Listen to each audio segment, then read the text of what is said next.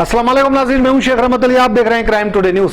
नाजरीन, हमारे इस मुल्क में आम आदमी की ताकत क्या है और आम आदमी के राइट्स क्या है, ये हमें मालूम कर लेनी चाहिए। इसलिए कि ये हमारा डेमोक्रेसी मुल्क है और पूरा हमें हक है, आम आदमी को हक है सवाल करने का और आम आदमी को हक है जवाब पूछने का। और जितने पॉलिटिकल लीडर्स है, चीफ मिनिस्टर से लेके प्राइम मिनिस्टर तक और सारे ओहदेदार आम आदमी के जेब से लिए हुए रुपये से ये सारा महकमा चलता है, हुकूमत चलती है, हमारा देश चलता है। आम आदमी को पूरे इख्तियारात है, लेकिन कुछ सालों से हम देख रहे हैं आम आदमी को दबाने की कोशिश की जा रही है, उसको डराने की कोशिश की जा रही है, उसको परेशान किया जा रहा है, कभी पुलिस के जरिए, कभी जीएचएमसी के जरिए, कभी वाटर वर्क्स के जरिए, कभी रोडियों के जरिए। यह गुंडागर्दी दिन पे दिन बढ़ती जा रही है। एक ऐसा ही वाकया बोराबंडा इलाके में देखने को मिला, जहाँ पर शेख शरीफ नामी एक समाजी कारकुन रहते हैं। वो हमेशा यहाँ के लोकल एरिया के जो परेशानियां हैं, ड्रेनेज का पानी की गंदगी से अवाम परेशान होना, सड़कें नहीं बनना, इलेक्ट्रिसिटी डिपार्टमेंट की प्रॉब्लम, ये चीजों को लगातार शेख शरीफ अपने फेसबुक पेज पर डालते रहते हैं और जीएचएमसी में, वाटर वर्क्स में कंप्लेन करते रहते हैं, जिसकी वजह से डिपार्टमेंट की जानिब से कामा भी होते हैं। लेकिन ये कुछ लोग को पसंद नहीं आया और इनके मकान पर नोटिस भेजी गई डराने के लिए।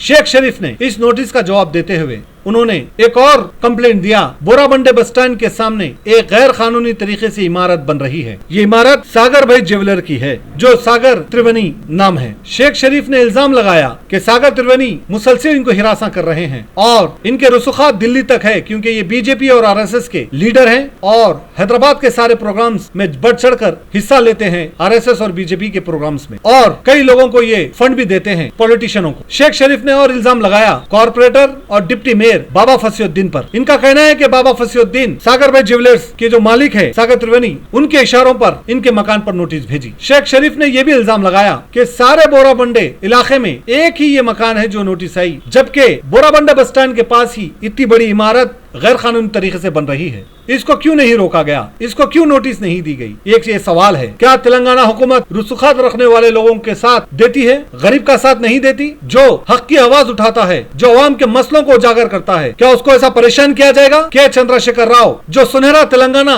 बनाने का जो ख्वाब देख रहे थे, क्या उम्मीद है कि इस तरह से सुनहरा तेलंगाना बनेगा? आम आदमी को परेशान करके सुनहरा तेलंगाना बनेगा? ऐसे कई सवालात है और शेख शरीफ ने ऐसे कई सवालात उठाए, जिसका जवाब तेलंगाना हुकूमत को देना होगा और उन ओहदेदारों को देना होगा जो किसी के इशारे पर नोटिस भेज देते हैं। और ऐसे रुसूखात रखने वाले बीजेपी आरएसएस के लीडर जो वहाँ के गरीब लोगों को परेशान कर रहे हैं, उनके खिलाफ भी शिकायत की गई। शेख शरीफ ने हुकूमत तेलंगाना से इंसाफ मांगा और उन्होंने मजीद कहा कि उनकी जान को खतरा है, उनको कभी भी मार दिया जा सकता है, महज इसलिए कि वो अवाम के मसलों को उठा रहे हैं। ये बड़ी फिक्र करने वाली बात है। पुलिस को सीरियस नोटिस लेनी होगी, हुकूमत को सीरियस नोटिस लेनी होगी कि एक समाजी कारकुन जो अवाम के मसलों को उठाता है, तो उसके जान के दुश्मन कौन बने हैं, किस लिए बने हैं, इसकी वजह क्या है, इसकी तहकीक करने की जरूरत है। वरना अमूमन हम देखते हैं कि कई शिकायतें जाती हैं पुलिस स्टेशनों में कि जान का खतरा है, पुलिस रुसूखात रखने वाले लोगों के साथ हो जाती है और गरीब लोगों का शिकायत नहीं लेती, और यही वजह है कि बाद में उसका कत्ल होता है और बाद में पुलिस आनन फानन में केस दर्ज करती है। यहाँ पर ऐसा वाकया ना हो। पुलिस को चाहिए कि पूरी ईमानदारी से तहकीकात करें ताकि फिर एक जान बच सके। बहरहाल शेख शरीफ ने कई ऐसे बातों का खुलासा किया। आइए सुनते हैं और समझने की कोशिश करते हैं।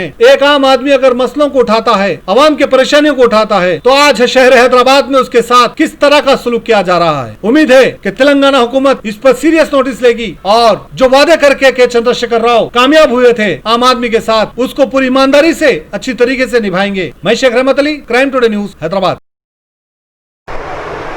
आदाब से नमस्ते, सत श्री अकाल। मैं शेख शरीफ, सामाजिक कारकुन, बोराबंडा। मैंने पिछले कई दिनों से सोशल वर्क कर रहा हूँ, लॉकडाउन से पहले, लॉकडाउन के बाद भी। मैं मेरे साथियों बहुत सारा राशन आवाम की खिदमत में आज बांटे, तकसीम किए, और मैंने बहुत सारी कंप्लेंट जीएचएमसी को शिकायत डाली जो बस्ती में तिब्बी सहूलतें नहीं थी। इसकी वजह से कुछ लोग मेरे दुश्मन बन बैठे। मैंने बोराबंडा बस स्टैंड के पास एक इलीगल कंस्ट्रक्शन चल रहा जिसका नाम है सागर भाई ज्वेलर्स। मैंने इसका कंप्लेंट बल्दिया में डाला।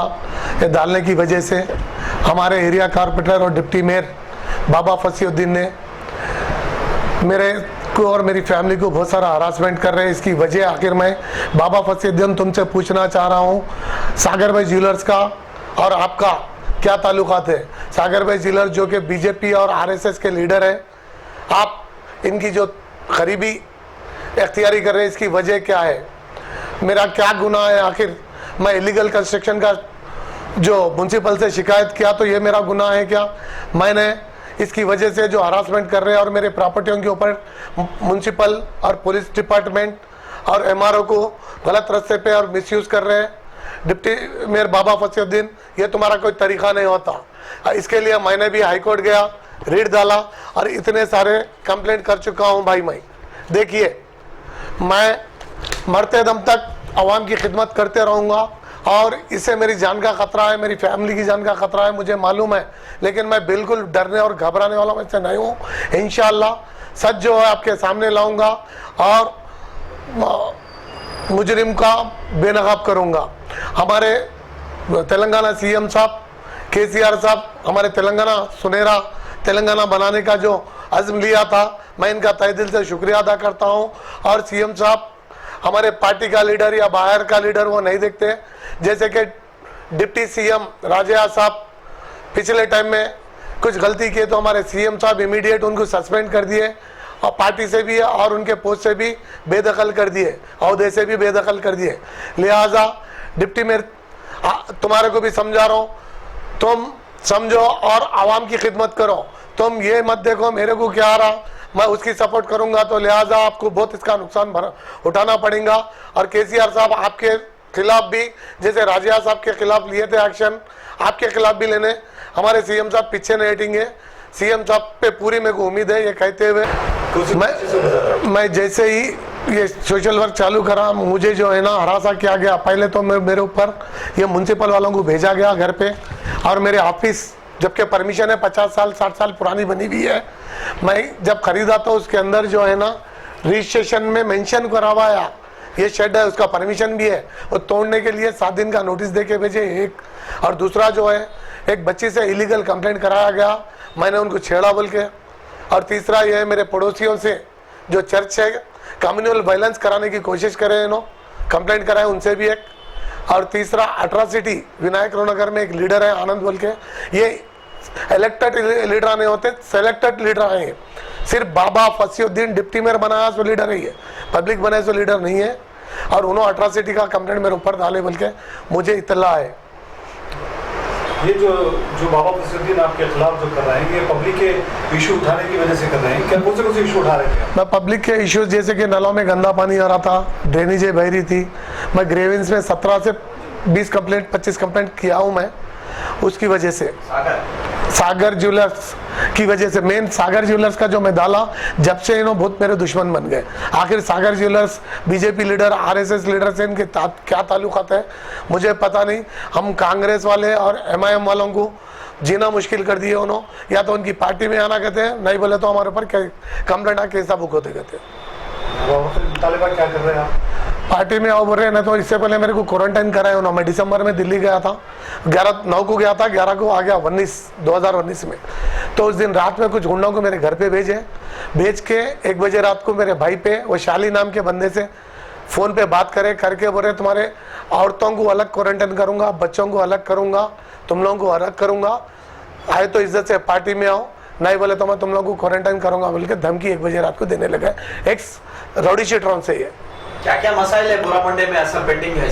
बोराबंडे में मधुरा नगर में नाला 3 महीने से पेंडिंग है। मच्छरों से बहुत सारे शिकार होकर डेंगू बीमारी आ रही वहाँ पर, मलेरिया जैसी बीमारियाँ, जानलेवा बीमारियाँ आ रही, तो वो है। और शोरेज वाटर बह रहा, तो उनके लोकल लीडरों को बोले तो कोई भी इस पर इंटरेस्ट नहीं ले रहे थे, तो आवाम मेरे से रुजू हुई। मेरे से रुजू होने से मैंने जो है ना म्यूनसिपल में इसकी शिकायत दर्ज करके 24 घंटे में, हमारी बल्दिया का बहुत बहुत शुक्रिया, 24 घंटे में इसका रिसॉल्व करे वो लोग। क्या आप लोगों ने बाबा फसीउद्दीन को, डिप्टी मेयर को इत्तला दी है सागर के इलीगल कंस्ट्रक्शन के बारे में? जी हाँ, हमने ट्वीट भी किया, उनको व्हाट्सएप भी किया, इत्तला दिया। तो वो जो है ना जैसे इत्तला देते हैं मेरी ऑफिस छोड़ने के लिए बल्दिया के कुछ अहदेदारों को भेज दिया मेरी ऑफिस पे। और वो सनत नगर के जो कॉर्पोरेटर है लक्ष्मी बाल रेड्डी, मैं उनसे राब्ता करके इसके बारे में जानकारी ली। उन्होंने बताया कि डिप्टी मेयर के दबाव में हम कंप्लेंट करें, हमारा आपका कुछ लेना देना नहीं है। तो आप सामाजिक कार्रवाई कारकुन कायम रहेंगे या आप डर के रुक जाएंगे अभी आगे जाके? मैं डरने घबराने वालों में से नहीं हूँ। इंशाअल्लाह जहाँ तक हो सकता जान गई परवाह नहीं मेरी, लेकिन आवाम की खिदमत करना मैं नहीं छोड़ूंगा। क्या आप मानते हैं कि कानून ऊंचा है या पॉलिटिक्स ऊंची है? भाई पॉलिटिक्स से ज्यादा ऊंचा मेरा देश का कानून। आप लोग जागरूक हो जाओ और बिंदास, किसी से मत डरो, कोई कुछ नहीं कर सकता आपको। कानून बड़ा है, कोई लीडर बड़ा नहीं है।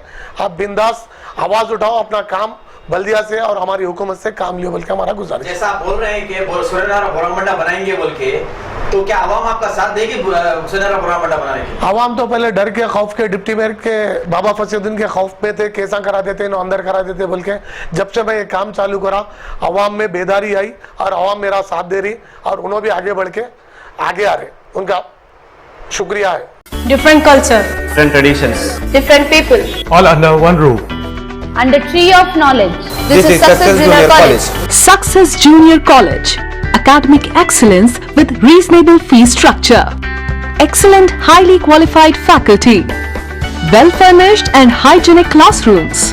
And Parthasarthi, Principal, Success Junior College. Nowadays, all colleges are giving only education, but in our Success Junior College marks a difference by giving education with great discipline and developing their communication skills for future competition.